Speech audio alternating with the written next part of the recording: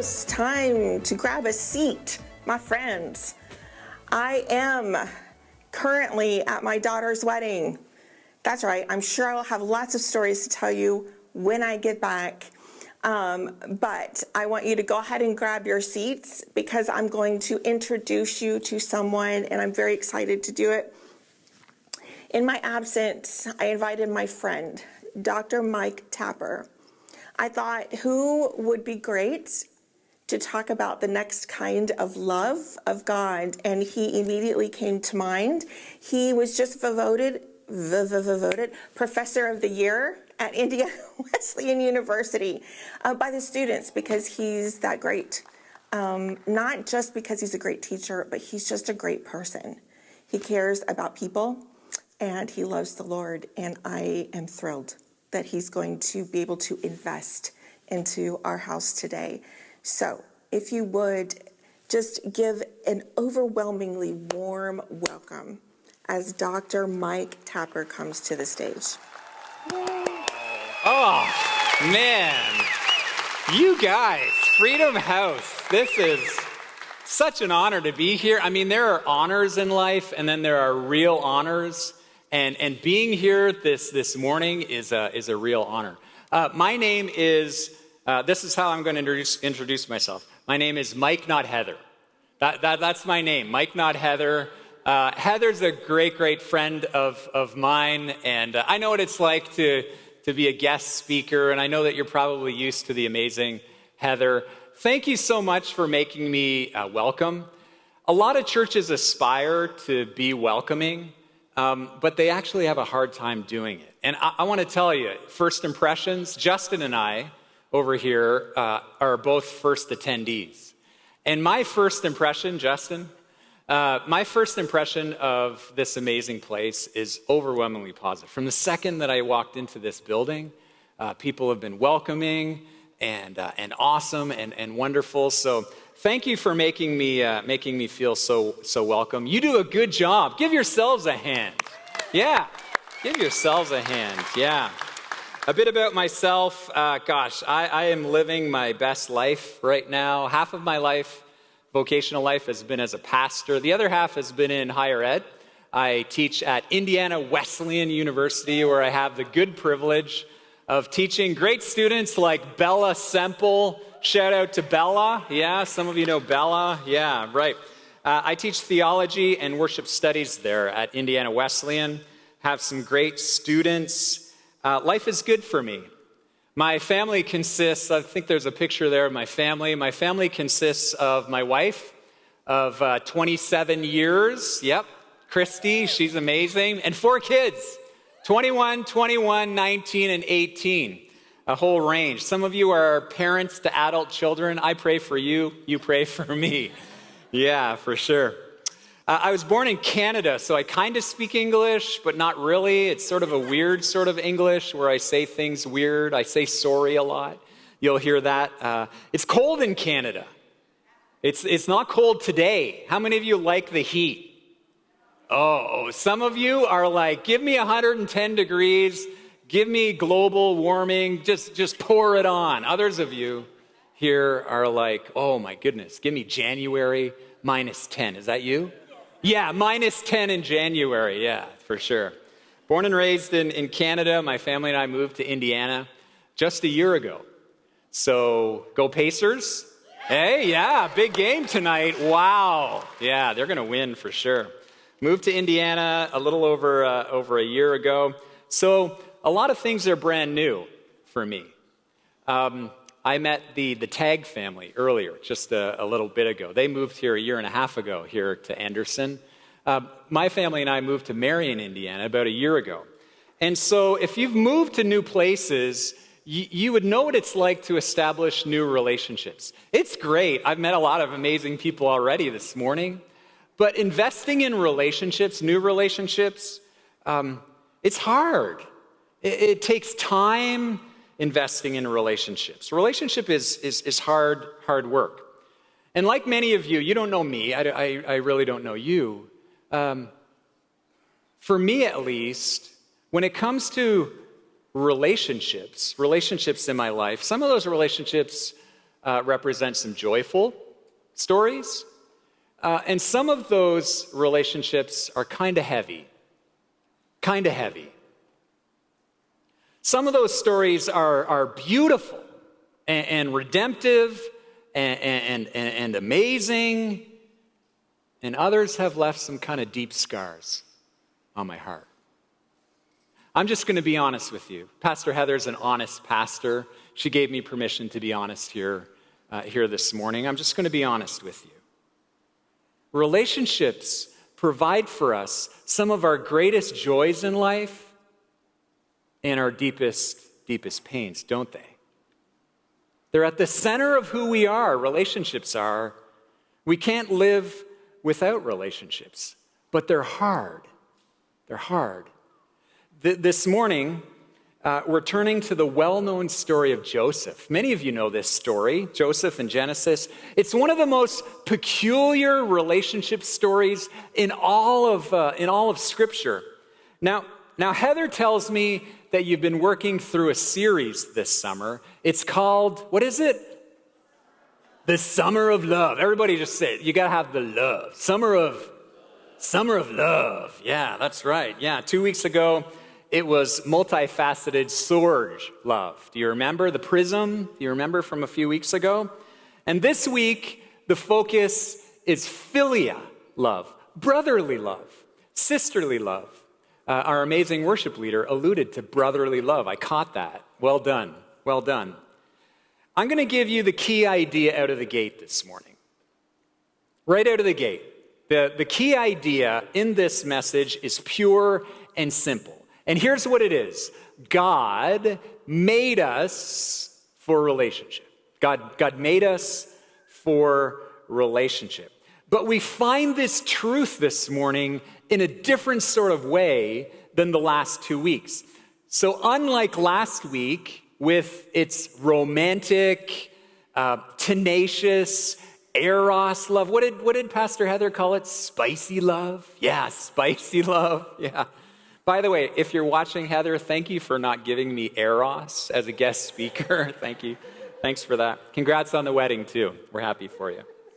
Unlike eros, philia love, the love in Joseph's story, it kind of hits more like a Game of Thrones series, sort of like a Braveheart series. In fact, by the 4th chapter of Genesis, everything is pretty much a total mess by chapter 4. There's already been a nasty murder between brothers. You know that story. Keep going into chapters 4, 5, and 6, and you find more broken relationships. Abraham and Lot, they split company and they refuse to do business with each other. Ishmael bullies his little brother Isaac. Esau wants to kill his brother Jacob over a soup blessing. Dinah's brothers avenge her R-rated sexual assault by massacring an entire city. And right about this time, we arrive at Genesis 37. It's the Joseph story, where this whole theme of relational conflict, it continues. Do you know the story? It's Joseph thrown into a pit and sold by his brothers. Do you know that one? It's Joseph facing false accusations from Potiphar's wife and thrown into prison. It's Joseph being totally forgotten and left alone by prison mates that he helps. And yet, catch this, it's also an amazing story of reconciliation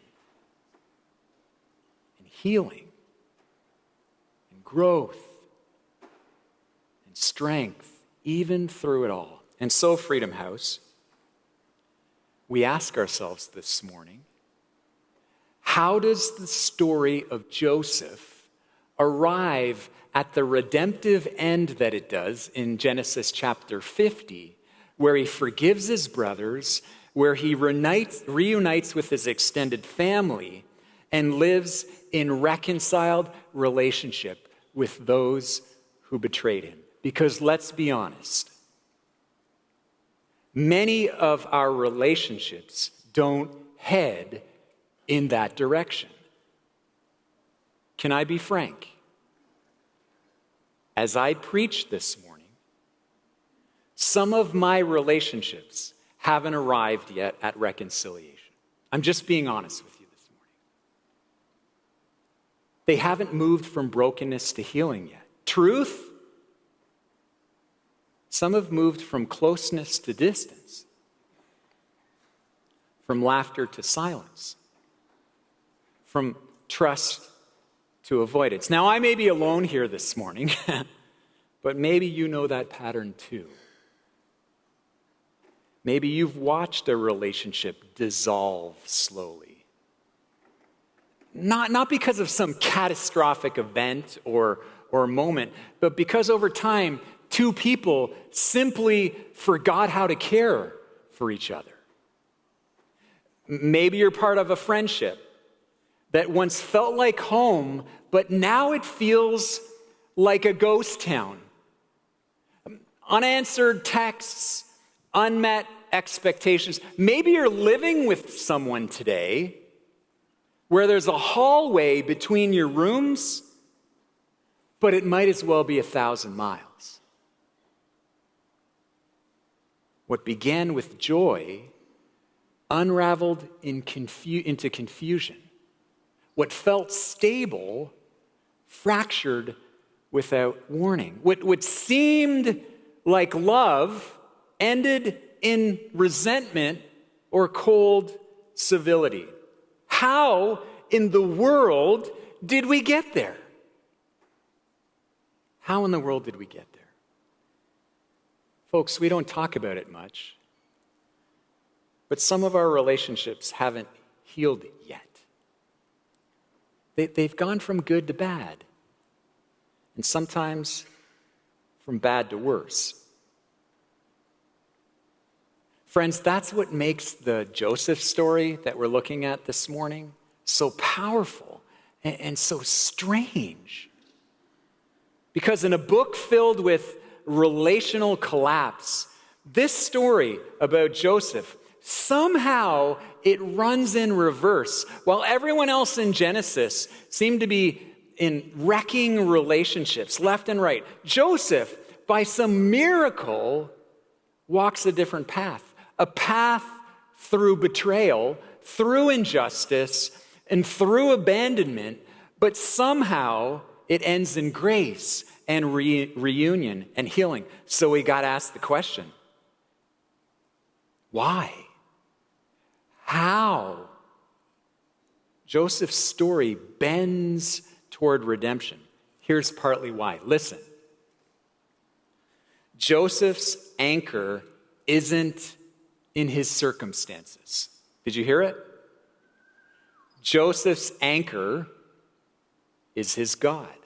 One of the lines that we sang just a few minutes ago locked onto this idea of God being our anchor. Over and over, Scripture paints the same picture in this weaving story. Joseph endures betrayal. He resists temptation. He serves in obscurity. He forgives unthinkable wrongs because unswervingly, folks, he knows who God is.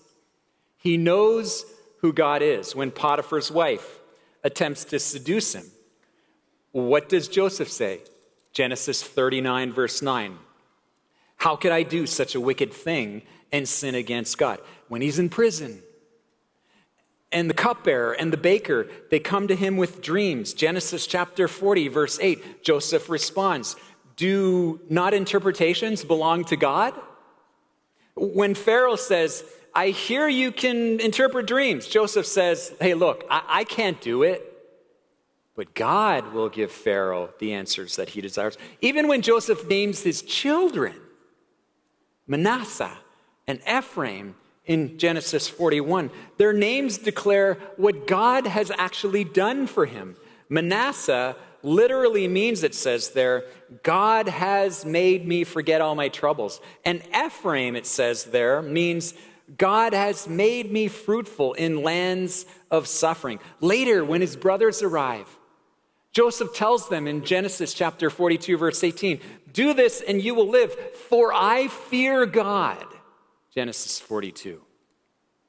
And with his brothers, terrified after their father's death, afraid that Joseph is going to actually retaliate, Joseph says in Genesis chapter 50, you intended to harm me, but God intended it for good. Even on his deathbed, he offers up this hope in Genesis chapter 50, verse 24. He says, I am about to die, but God will surely come to your aid. Do you see it?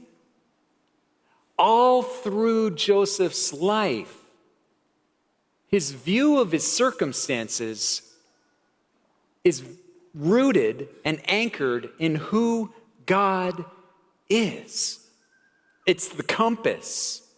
It's the anchor by which he navigates his life. And because of that sturdy relationship, he has what many of us desperately lack when relationships go bad. He has perspective.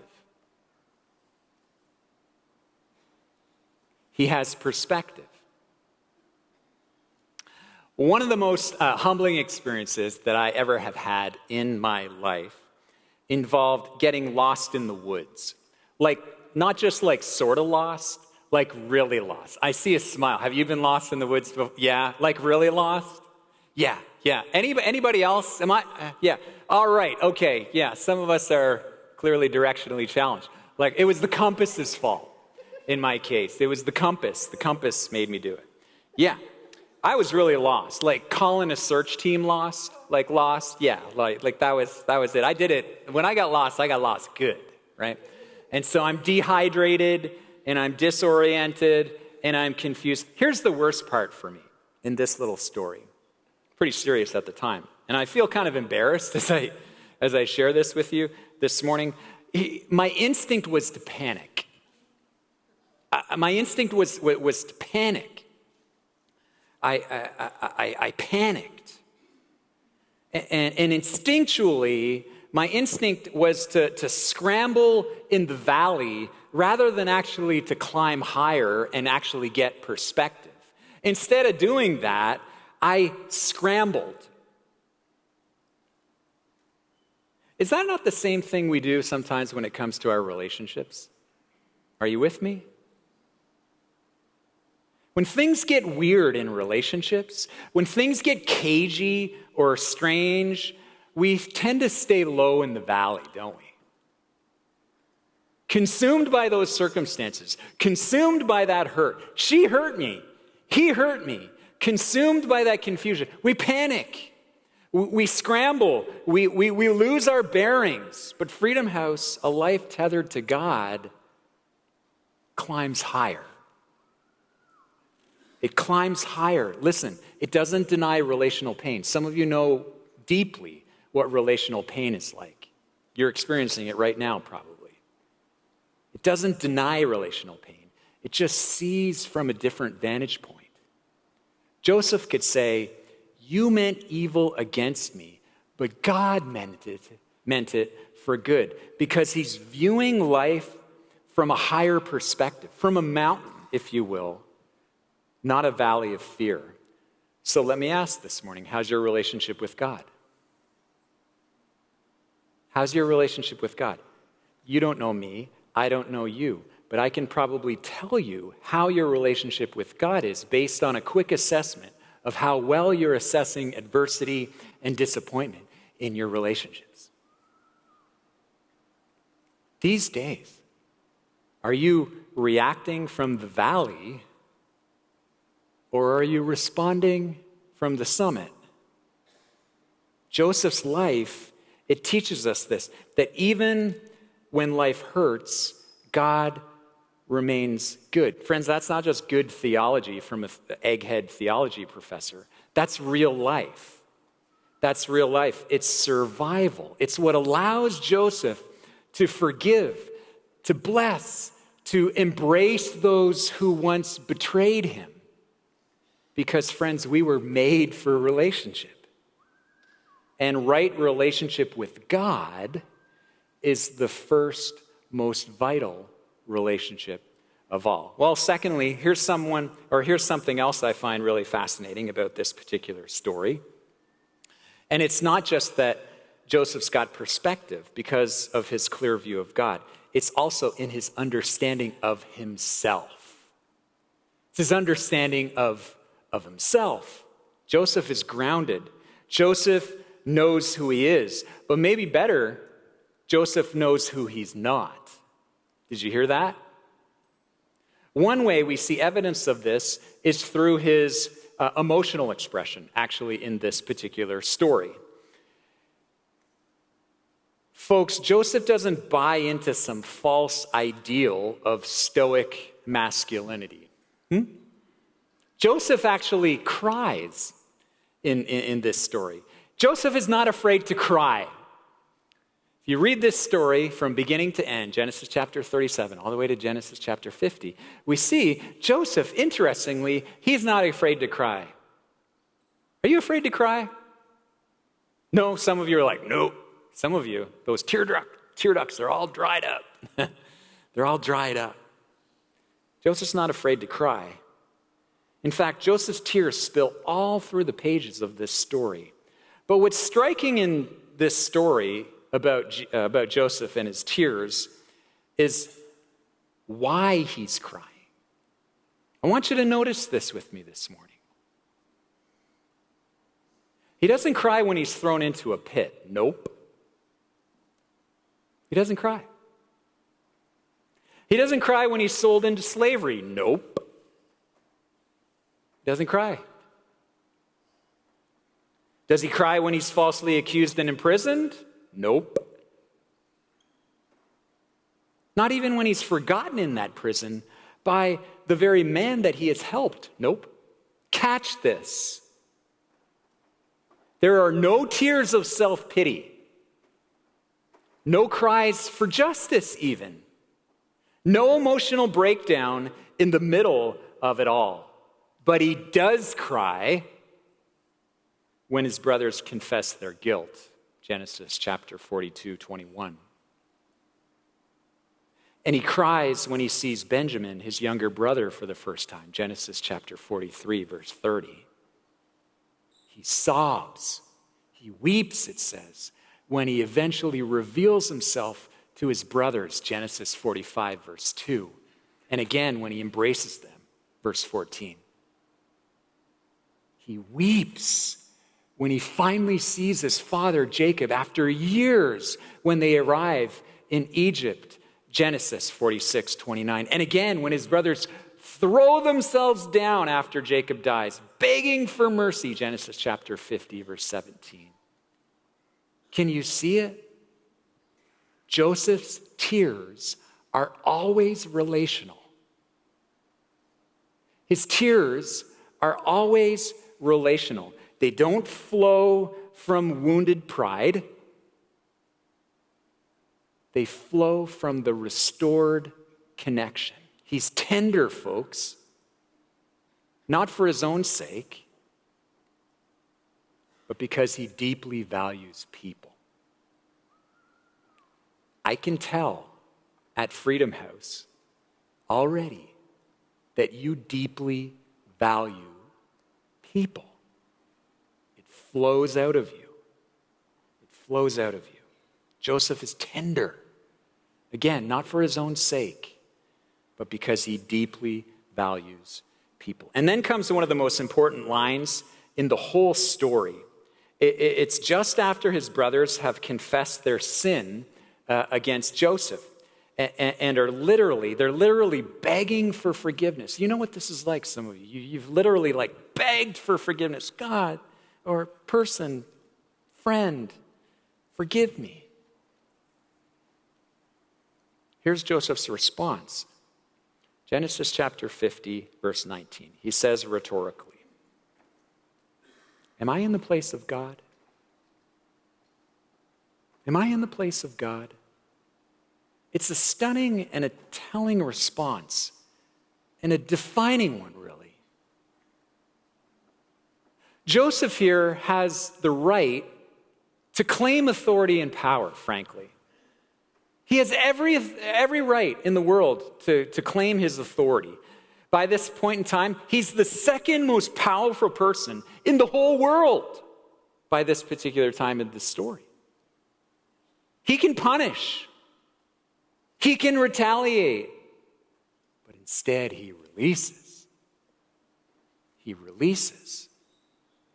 Genesis 50, verses 20 and 21. Am I in the place of God, Joseph says? You intended to harm me, he says, but God intended it for good. I will provide for you and your children. Am I in the place of God? You feel the gravity of that?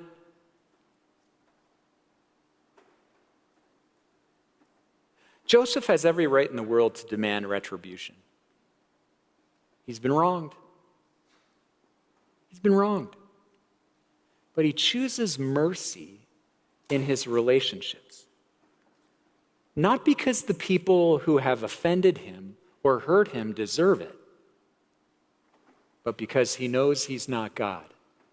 Interestingly, that very same question, am I in the place of God? It actually shows up earlier in a story in Genesis. It's earlier in Genesis chapter 30 when Rachel, if you know your Old Testament, Rachel pleads with her husband Jacob to give her children. And Jacob snaps back, am I in the place of God? But in that moment, Jacob uses that very same question to excuse himself from relationship. He's angry. He pushes against his wife. He pushes her away. Back off. I'm not God. Joseph, by contrast, he uses that very same question to embrace relationship. Are you with me? He chooses humility. He chooses restraint. He refuses to play God with people's lives, even when he has the power to do so. Friends, that's spiritual maturity. That's relational integrity. Some of you here no doubt have influence. I bet in a room this size, there's a lot of solid leadership here. Some of you are probably community leaders here in Anderson, significant community leaders. Maybe you're the mayors here. Right? Maybe some of you are successful coaches. Some of you are really, really good parents. You're leading well in your home. Some of you are homeschool teachers. Some of you are employers, and you have tens, maybe hundreds of people below you on the org chart. I have no doubt in a room like this that I'm speaking to many of you who are very, very good leaders. You've established yourself. You've worked hard, and God has blessed you. You're a good leader. You're a person of influence. Lots of leaders here. You have authority over others, leaders. But let's be clear, power is not permission. You know this. To possess authority does not mean that we should exercise it for our own ends. And so the line between leadership and manipulation is sometimes razor thin. And humility is what keeps us on the right side of it. Joseph could have crushed his brothers. He could have. No one would have cared. Instead, he fed them. He blessed them. He forgave them. Why? Because he knew who he was, and he knew who he was not. Well, Freedom House, I think we're almost done. You've been good listeners to this guest speaker, Mike, not Heather. Thank you. You've been good listeners. Just before we walk away from the Joseph story, I want to ask you just one more question, okay? Push in. Here's the question. when you read this story that I've just shared, when you listen to this story, who do you instinctively identify with?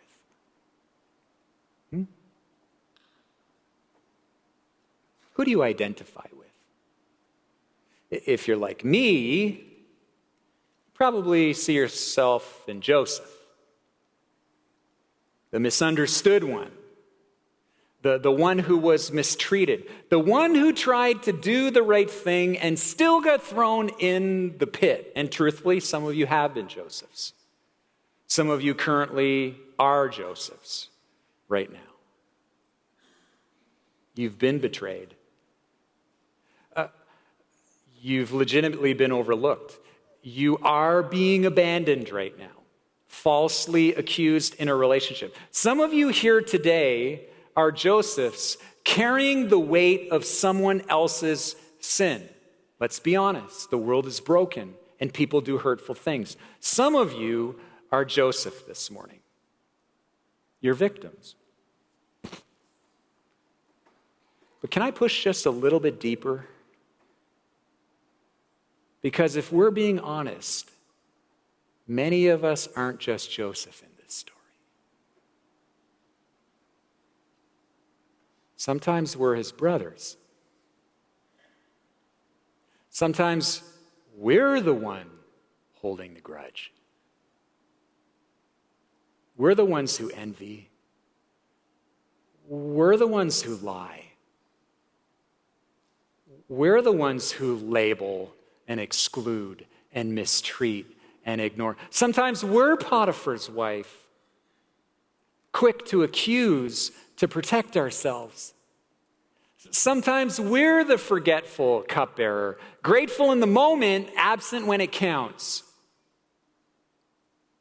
If we really examine our lives, we may find that we're not only being wounded, we've done the wounding. And that's why the Joseph story is so powerful. Because it's not just the tale of a man who relented in his forgiveness. It's the shadow, or a shadow, of a greater story. You expected this. You knew we would arrive here. You hoped that we would arrive here at least. And sure enough, we are. The Joseph story foreshadows the story of another son,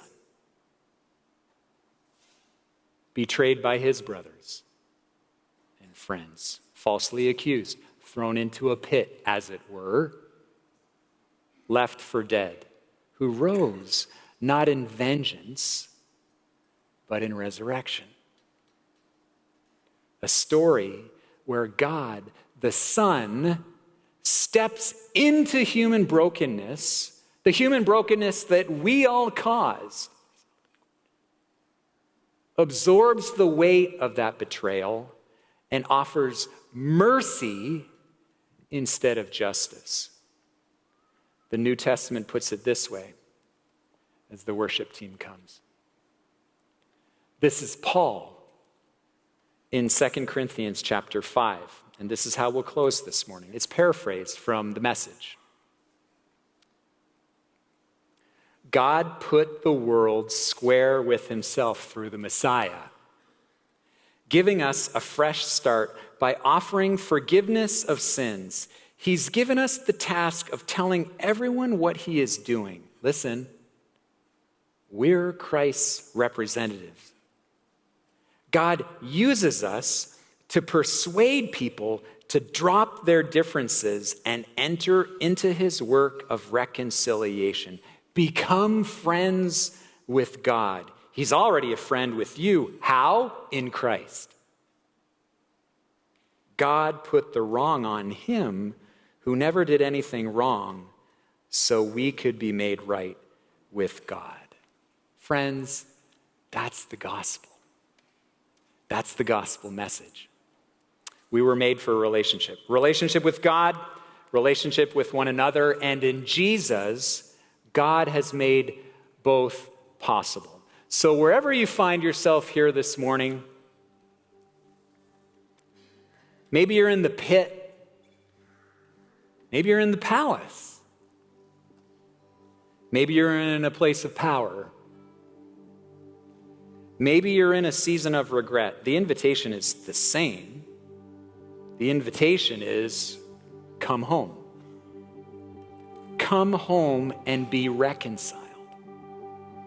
Live as someone deeply known and deeply loved by God. And let that love pour out into every relationship in your life. As you leave this morning, in the lobby, as you go out for dinner this afternoon, as you cheer with someone who's not a Pacer fan tonight.